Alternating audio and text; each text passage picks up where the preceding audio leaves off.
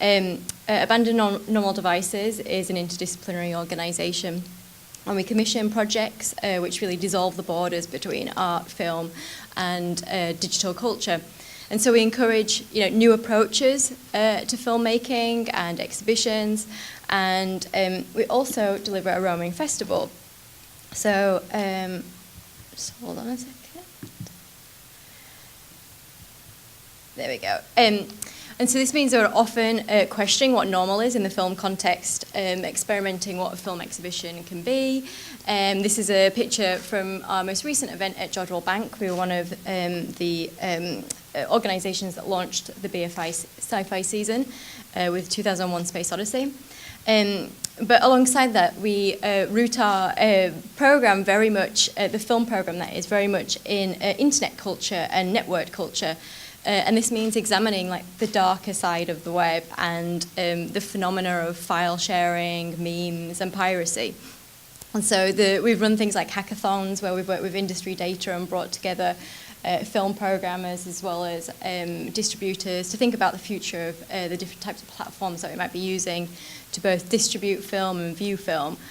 And so in terms of exhibition, Ben touched on it briefly, but we're genuinely excited that there is a time where we might be using multiple screens. It's typical for me of an evening to be watching a film on television, be on my laptop and have my phone next to me. So these kind of multi-screen experiences are becoming very normal. And what's even more exciting is that these will become networked as well, so they'll create their own ecosystem feeding into each other. This is Art for Star Wars, where we, during the festival, we created these marathon surfing sessions, which uncovered loads of memorabilia, fan fiction, fan art, amateur costume, remixes and mashups, all looking at Star Wars. And I think what this really uncovered, I just can't believe people get married in Star Wars outfits. I just said it, but it highlights the complex flow of information, the legal issues that surround cinema and copyright infringement, and it also touches on the fair laws. How do you actually, manage the abundance of information that is around film on the web? And it also just shows how difficult it is to actually own content in the networked world. So as a starting point, I think it's really useful to consider what we think online is. I do notice there's a bit of a separation in the film world in the sense that there are no real clear divides, but we definitely try and create them here. And there's a writer that I recommend everyone looks at called Nathan Jurgensen, and he talks quite a bit about this disconnected spaces. What does it mean to be disconnected? And he says even when we're offline, we're often thinking about the tweet that we're going to send or the picture that we're going to upload to Facebook. So there's no such thing as really being offline as such. And in film exhibition, I think it's a fair observation to say that we do really separate this. And this is partly to do with legal issues of trying to acquire single licenses for platforms and the borders in countries, but also partly because I still think we love this dark space. We love this dark space and we love this space to be disconnected. And so what we do, and what this presentation, as I go through some of the projects, they're really like provocations where we see examples of these platforms converging and some of the responses associated with that. So, as Ben pointed out, we hosted a Tweet Discreetly event back in 2011. And I'll be honest, I haven't seen, does anyone even know what a Tweet Discreetly event is? A Tweetalong? Okay.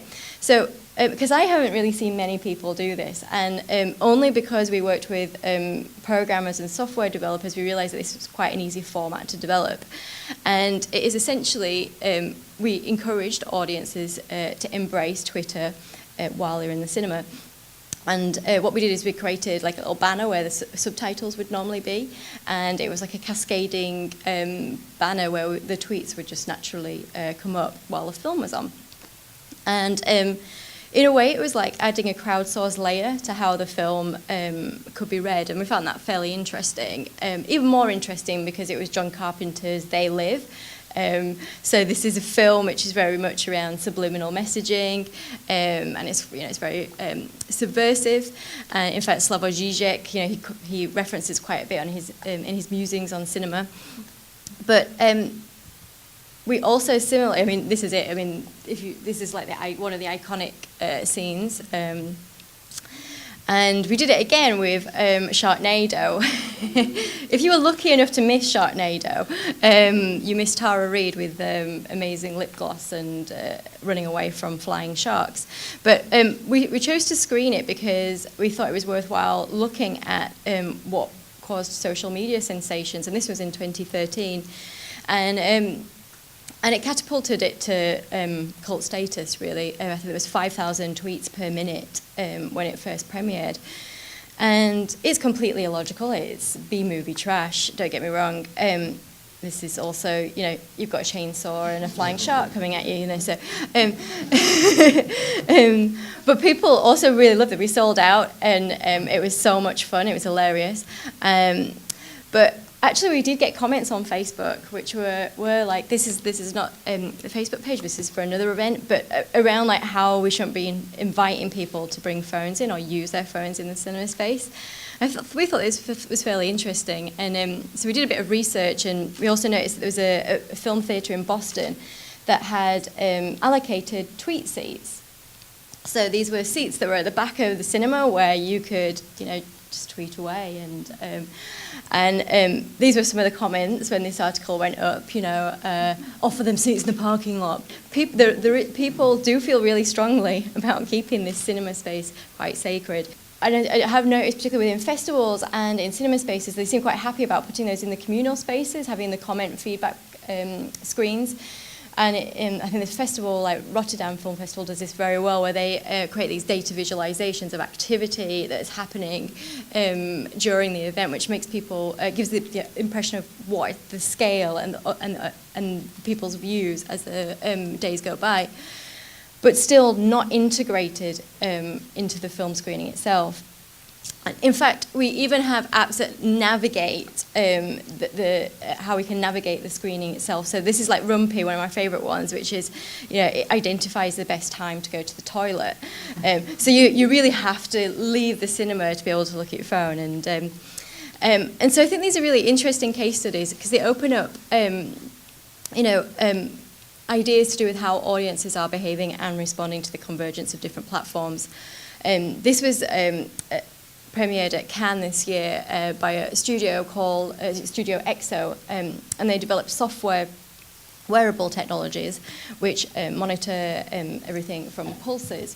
And what they did is they trialed it by showing a whole reel of trailers like 50 Shades of Grey and monitored people's responses.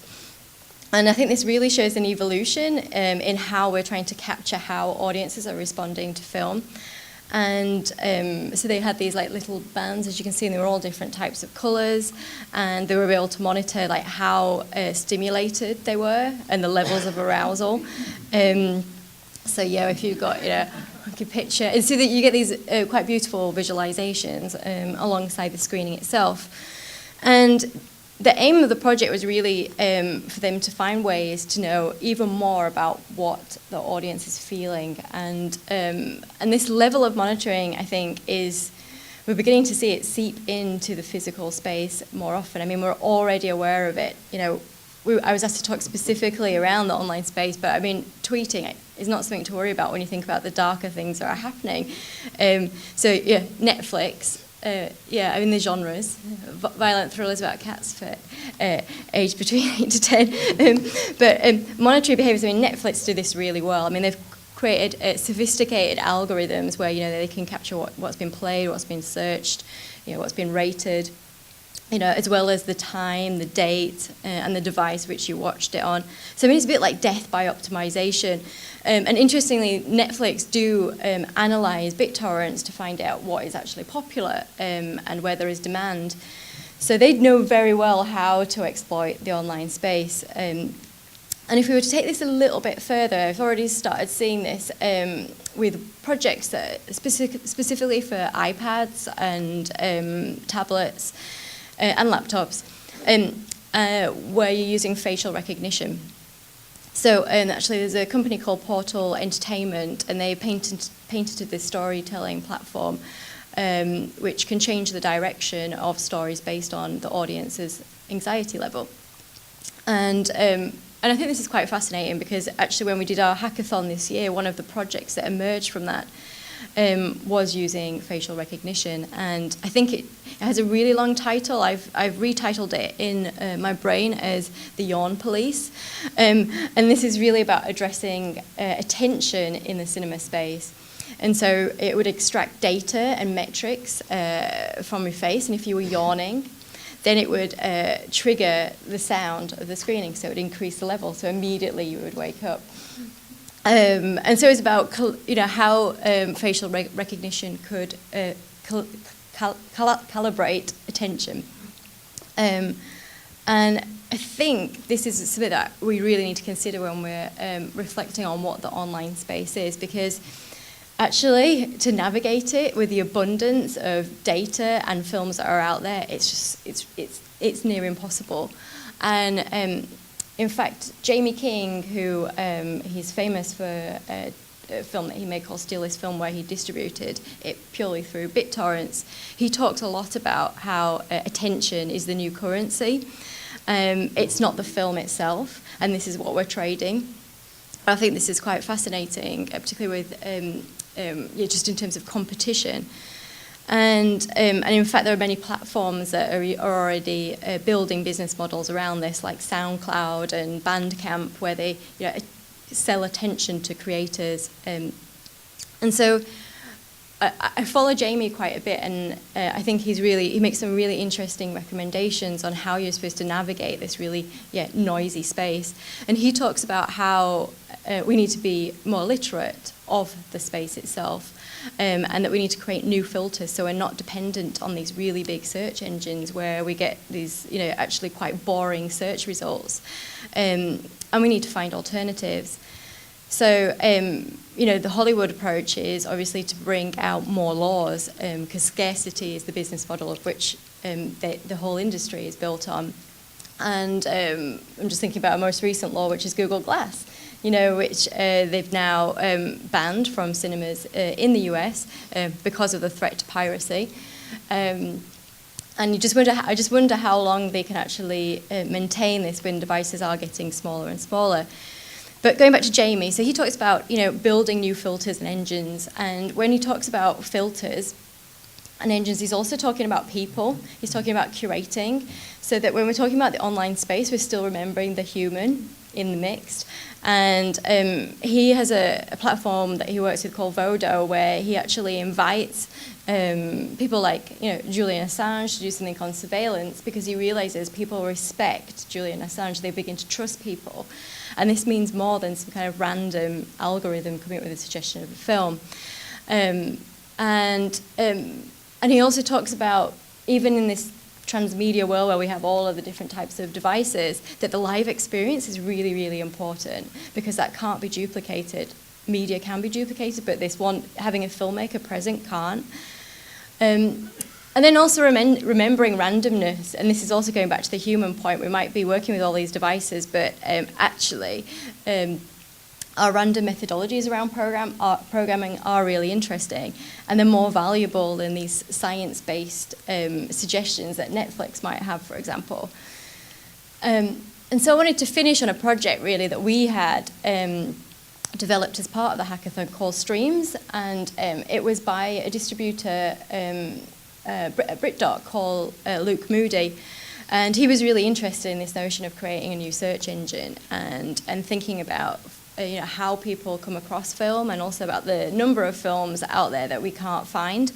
And so essentially he created Streams, which he's now developing into a prototype, which essentially enables you to search films through looking at various VOD platforms. And once you've found the film on a VOD platform, and if there's a number of votes are met, then you can act as a digital liberator. So basically it's thinking about, online, there are many films on YouTube and all the different places, but it's about pulling this together, and then if you actually want to show this and you want to show it potentially legally, then they will act as a liberator for it. And so, this is just one example of how you can sort of navigate this online space. And so, just pulling out some of the questions that that I've just explored through the whole presentation and some of the projects, I think, to think about just tweeting would be simplifying some of the discussions that need to happen really about the online space. And there's actually much more aggressive systems that we need to look at.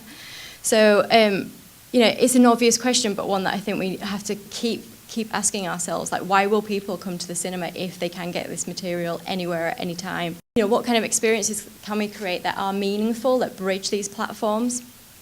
And then also, like, what type of filters and engines would we like to create as film programmers and as exhibitors?